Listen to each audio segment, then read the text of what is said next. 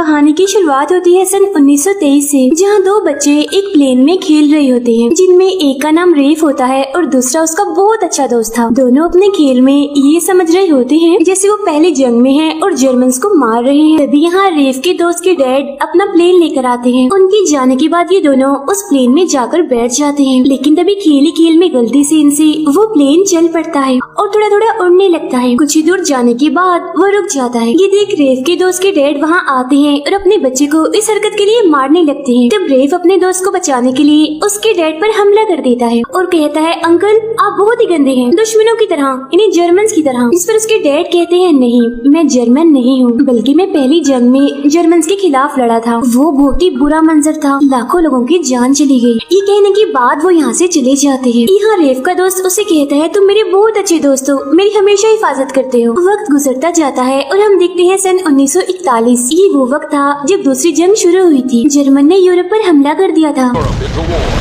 लेकिन अमेरिका अभी भी इस जंग में शामिल नहीं हुआ था। रेफ और उसका दोस्त अब बड़े हो चुके हैं, वो एयरफोर्स में पायलट हैं। रेफ को उनका मेजर बुलाता है और बताता है, ब्रिटिश ने तुम्हें एयरफोर्स में जंग में शामिल करने के लिए चुन लिया है। अब ये तुम्हारी मर्जी है, अगर तुम जाना चाहते हो तो जा सकते हो, लेकिन मुझे इतना पता है कि आज नहीं तो कल हमें भी इस जंग में उतरना पड़ेगा, जिसके लिए मुझे बहुत सारे पायलट्स की जरूरत होगी और ये मेरा फर्ज है। अगर मैं चाहूँ तो तुम्हें रोक सकता हूँ, लेकिन मैंने ये तुम पर छोड़ दिया है, तुम चाहो तो जा सकते हो। जिस पर रेफ बोलता है, सर अगर आप मेरी जगह होते तो क्या करते? मेजर कहते हैं, अगर मैं होता तो मैं तो जाता ब्रिटेन के लिए। और अब रेफ भी जाने की तैयारियां करने लगता है। असल में जर्मन के लीडर ने लगातार यूरोप पर हमला करके उसे कमजोर कर दिया था। वो यूरोप पर हावी हो गया होता है, इसीलिए ब्रिटिश अमेरिका के पायलट्स की मदद चाहते हैं। अब जब रेफ के दोस्त को पता चलता है कि वो ब्रिटेन के लिए जंग में लड़ने जा रहा है तो उसे बहुत दुख होता है, क्योंकि वो जानता है कि उस जंग में जाना किसी खतरे से खाली नहीं है। तब उसे नाराज देखकर रेफ कहता है, मैं बहुत जल्द 25 का हो जाऊंगा और तब ये लोग मुझे बस फ्लाइट का टीचर ही बनाकर रख देंगे, लेकिन मैं एक फौजी बनना चाहता हूँ, एयरफोर्स के लिए लड़ना चाहता हूँ। इसीलिए मेरे दोस्त समझने की कोशिश करो, मुझे जाना ही होगा। जिसके बाद रेफ मेडिकल टेस्ट के लिए जाता है, जो जंग में जाने से पहले होता है, जिसमें पूरे जिस्म को चेक किया जाता है, ये देखने के लिए कि कहीं कोई मसला तो नहीं। इनमें नजर भी चेक की जाती है और इसी तरह के अलग अलग चेकअप। अब रेफ को एक ऐसा मसला था जिसमें उसे पढ़ने में मसला होता था, और जब उसकी बारी आती है नजर चेक करवाने की तो वहाँ एक नर्स बैठी होती है जिसका नाम एवलिन होता है। वो समझ जाती है कि इसे पढ़ने में मसला है। वो बताती है कि हमें बहुत तेज नजर की जरूरत है, लेकिन तुम्हें ये मसला है इसलिए मैं तुम्हें पास नहीं कर सकती। रेफ बोलता है, मुझे सिर्फ पढ़ने में मसला है, उसके अलावा मेरी नजर इतनी तेज है कि तेज भागते हुए खरगोश पर भी निशाना लगा सकता हूँ। अब उसका जुनून और शौक देखकर वो उसे मेडिकल टेस्ट में पास कर देती है। अब रेफ पहले ही नजर में एवलिन को पसंद करने लगा था। वो इस बारे में उसे बता ही देता है, जिसके बाद दोनों ही एक दूसरे को पसंद करने लगते हैं और एक साथ बहुत सा वक्त गुजारते हैं। यहाँ रेफ उसे बता देता है कि कल मैं जंग पर जा रहा हूँ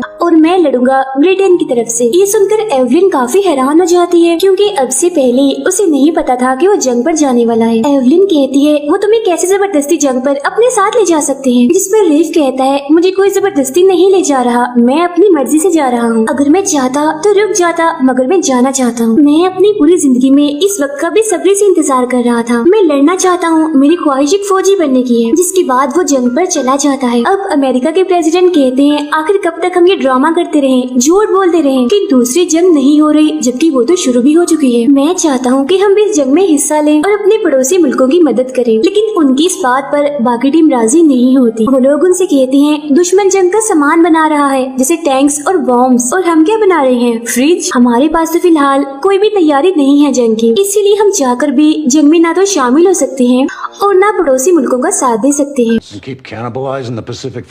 उधर जापान अमेरिका से परेशान होता है, क्योंकि अमेरिका ने इन्हें तेल देना बंद कर दिया है। जापान को तेल की जरूरत है, क्योंकि इनके पास सिर्फ इतना ही तेल है जो ये सिर्फ 18 महीनों तक इस्तेमाल कर सकते हैं। जापान का लीडर कहता है, वो वक्त आ गया है, हमें अमेरिका पर हमला करना होगा और ये हमला हम अचानक करेंगे। हम उनकी नेवी पर हमला करके उनके जहाजों के ग्रुप को उड़ा देंगे और उस पूरी जगह जिसका नाम पर्ल हार्बर है उसे तबाह कर देंगे। उधर जंग में रेफ अपना प्लेन उड़ा रहा होता है, बहुत सारे दुश्मनों के जहाजों को वो मार भी गिराता है और साथ ही साथ एवलिन को खत भी लिखता रहता है। अब दोनों दूर होते हैं, इसीलिए उन्हें एक दूसरे से बहुत प्यार हो जाता है। रेफ उसे ये भी बताता है कि यहाँ हर कदम पर खतरा है। परसों जिन 2 पायलट्स के साथ मैंने खाना खाया था, आज वो इस दुनिया में नहीं रहे, शहीद हो गए हैं और अब खतरा रेफ के सर पर भी मंडलाने लगता है। वो जब जंग के लिए जाता है तो दुश्मन उसके प्लेन पर भी बहुत सारी गोलियां मारते हैं, जिससे उसके प्लेन में आग लग जाती है, वो तबाह होने लगता है।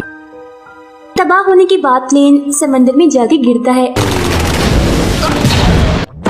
और कहीं खो जाता है, जिससे सब ये मान लेते हैं कि रेफ मर चुका है। एवलिन को खबर देने के लिए रेफ का दोस्त जाता है, क्योंकि जाने से पहले रेफ ने अपने दोस्त को ये कहा था कि अगर मुझे कुछ हो जाए तो ये खबर जाकर तुम एवलिन को देना, ताकि उस मुश्किल वक्त में उसका दोस्त उसे संभाल ले और सहारा दे। उसकी मौत की खबर सुनकर एवलिन काफी टूट जाती है और दुखी होते हुए रोने लगती है, लेकिन वक्त के साथ साथ वो उसकी यादों को मिटाने लगती है, क्योंकि उसके दोस्तों ने उसे कहा था कि सब कुछ भुलाकर तुम्हें आगे बढ़ना चाहिए। साथ ही साथ रेफ का दोस्त भी उसे पसंद करता है, वो उसकी जिंदगी में आना चाहता है, और क्योंकि एवलिन को भी आगे बढ़ना था इसलिए दोनों एक दूसरे के काफी करीब हो जाते हैं और आखिरकार एक दूसरे को पसंद करने लगते हैं। उधर जापान पर्ल हार्बर यानी अमेरिका पर हमला करने की पूरी तैयारी कर रहा होता है। वो पर्ल हार्बर की सारी डिटेल्स, यहाँ तक की तस्वीरें भी अपने पास इकट्ठा कर लेता है, जिससे उन्हें पता चल जाता है कि पानी में कौन सा जहाज कहाँ है। और तो और अमेरिका का ध्यान भटकाने और उन्हें गुमराह करने के लिए वो उल्टे उल्टे मैसेजेस भी भेजता है। अब अमेरिकन मीटिंग में थे और उन्हें कहीं न कहीं इस बात का तो पता था कि जापान कुछ न कुछ तो कर रहा है, लेकिन उन्हें ये अंदाजा नहीं होता कि वो पर्ल हार्बर पर हमला करने की तैयारी भी कर चुके हैं। फिर एक रात अचानक से एवलिन के सामने रेफ आ जाता है। जी हाँ, बिल्कुल रेफ, क्योंकि वो मरा नहीं था, अभी भी जिंदा था। उसे देख एवलिन काफी हैरान और जज्बाती हो जाती है। वो उससे कहती है, मुझे लगा कि तुम मर चुके हो, क्योंकि मुझे ऐसी ही खबर मिली थी। रेफ कहता है, हाँ बिल्कुल, क्योंकि मेरा जहाज पानी में गिर गया था,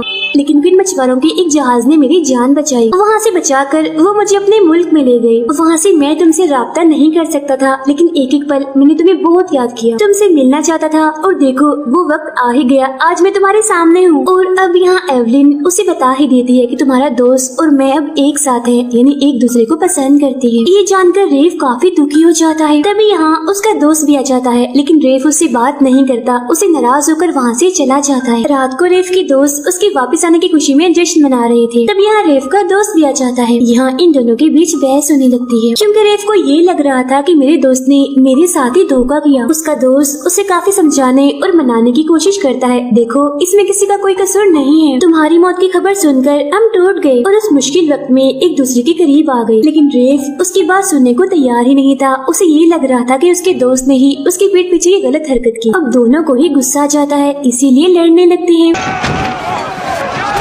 लेकिन काफी देर बाद जब दोनों का गुस्सा ठंडा होता है तो वो एक साथ गाड़ी में बैठकर बातें भी करते हैं। रेफ का दोस्त कहता है, फिक्र मत करो, सब ठीक हो जाएगा। जिस पर वो कहता है, मेरा ख्याल है अब हमारे बीच कुछ भी ठीक नहीं होने वाला। ये कहने के बाद दोनों ही उस गाड़ी में सो जाते हैं। उधर बहुत सारे मैसेजेस आने की वजह से अमेरिका को पता चल गया था कि जापान हम पर हमला करने वाला है, लेकिन हमला वो कहाँ करेंगे ये पता नहीं होता। जापान का प्लान था कि वो सुबह सुबह अमेरिका के पर्ल हार्बर पर मौजूद जहाजों के ग्रुप पर हमला करके उसे तबाह कर देंगे और अमेरिका को सबक सिखा देंगे। इसीलिए वो अपने बहुत सारे प्लेन्स को पहाड़ों से भी नीचे उड़ाकर वहाँ लेकर आते हैं और देखते ही देखते पर्ल हार्बर पर हमला कर देते हैं। हमले में जापान अमेरिका के इस पर्ल हार्बर को पूरी तरह से तबाह कर देती है, क्योंकि ये हमला बहुत ही बड़ा था।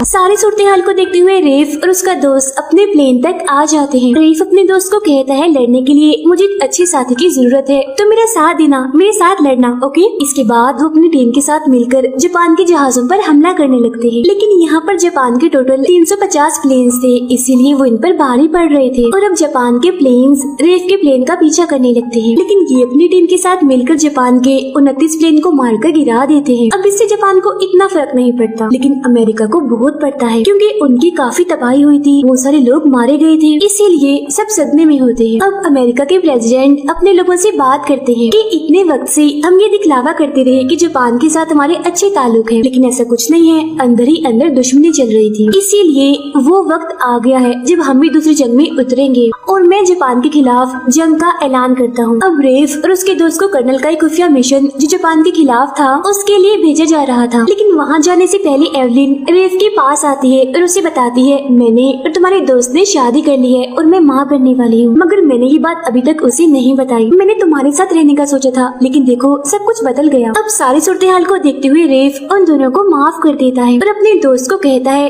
तुम जंग पर मत जाओ, क्योंकि एवलिन एक बार पहले भी अपना प्यार खो चुकी है और मैं नहीं चाहता कि उसके साथ दोबारा ऐसा हो, क्योंकि रेफ जानता है कि वो जिस मिशन पर जा रहे हैं वहाँ से वापस आना नामुमकिन है।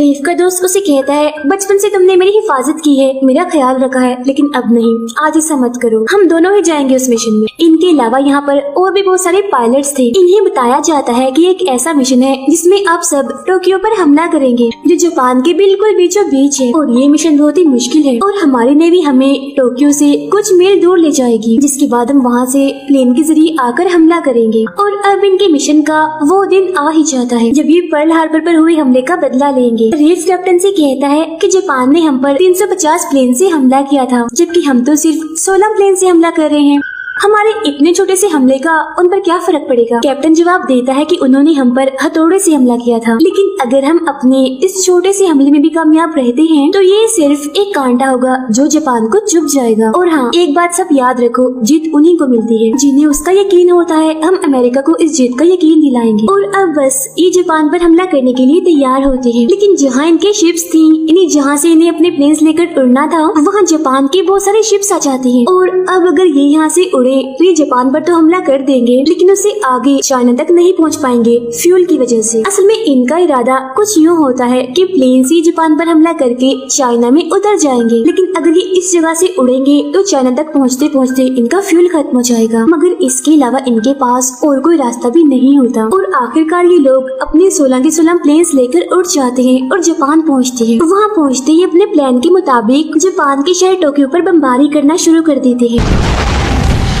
और इस तरह से ये अपने प्लान में कामयाब हो जाते हैं। लेकिन अब चाइना तक पहुंचना इनके लिए नामुमकिन था। समंदर के ऊपर से इनके प्लेन उड़ना शुरू हो जाते हैं और जिस बात का इनको डर था वही होता है, यानी इनका पेट्रोल खत्म हो रहा है। लेकिन तभी इन्हें जमीन दिखती है और जैसे तैसे ये उस जगह उतरते हैं, लेकिन रेफ और उसके दोस्त का प्लेन उतरते उतरते ही तबाह हो जाता है और यहाँ इन्हें बहुत सारे जापानीज का सामना करना पड़ता है। वो लोग रेफ के दोस्त को पकड़कर अपने साथ ले जा रहे होते हैं। यहाँ इनके बीच गोलियों की बारिश हो रही होती है। हालांकि ये बहुत सारे जापानीज को मार गिराते हैं, लेकिन इसी बीच गोलियां लगने की वजह से रेफ का दोस्त बहुत जख्मी हो जाता है। गोद में लेकर रेफ उसे बता ही देता है कि तुम बाप बनने वाले हो। जो सुनकर उसे खुशी तो होती है, लेकिन उसे पता होता है कि अब मैं नहीं बचूंगा। उसकी इतनी बुरी हालत होती है कि वो रेफ की गोद में अपनी आखिरी सांस से गिन रहा होता है। फिर वो उसे कहता है, रेफ मेरे प्यारे दोस्त, अब से वो बच्चा तुम्हारा है। ये कहते ही वो अपने मुल्क के लिए शहीद हो जाता है। अब आज से पहले अमेरिका को पता नहीं था कि जीत का जुनून क्या होता है, मगर अब के बाद उनमें जीत का एक जज्बा पैदा हो जाता है, जिसके बाद सभी फौजी अपने मुल्क अमेरिका वापस आ जाते हैं। रेफ के दोस्त यानी अपने हस्बैंड की मौत की खबर जब एवलिन को मिलती है तो वो बहुत दुखी हो जाती है और रोने लगती है, लेकिन कुछ चीजों को हम चाह कर भी नहीं रोक सकते। उन्हीं में से एक चीज मौत है। इन सभी फौजियों को काफी इज्जत दी जाती है क्योंकि इन्होंने अपने मुल्क अमेरिका के लिए वो किया होता है जो कोई ना कर सकता हो। इसके बाद रेफ और एवलिन शादी कर लेते हैं। इनका एक बच्चा भी होता है जो रेफ के दोस्त का ही था। रेफ उस बच्चे को उसी प्लेन में ले जाता है जिसमें एक बार बचपन में वो अपने दोस्त के साथ गया था और वो गलती से चल पड़ा था। इसी तरह से इनकी जिंदगी चलती रहती है। जापान ने पर्ल हार्बर पर हमला करके जो जंग शुरू की थी उसका बदला लेने के लिए अमेरिका ने पहले हिरोशिमा और फिर नागासाकी पर बॉम्ब गिराए और इस जंग को खत्म किया। इस हमले में करीब 3.5 लाख तक लोग मारे गए, जिस वजह से जापान को गलती का एहसास हुआ और उन्होंने अमेरिका से सुलह कर ली। इसी के साथ ये फिल्म यहीं पर खत्म हो जाती है।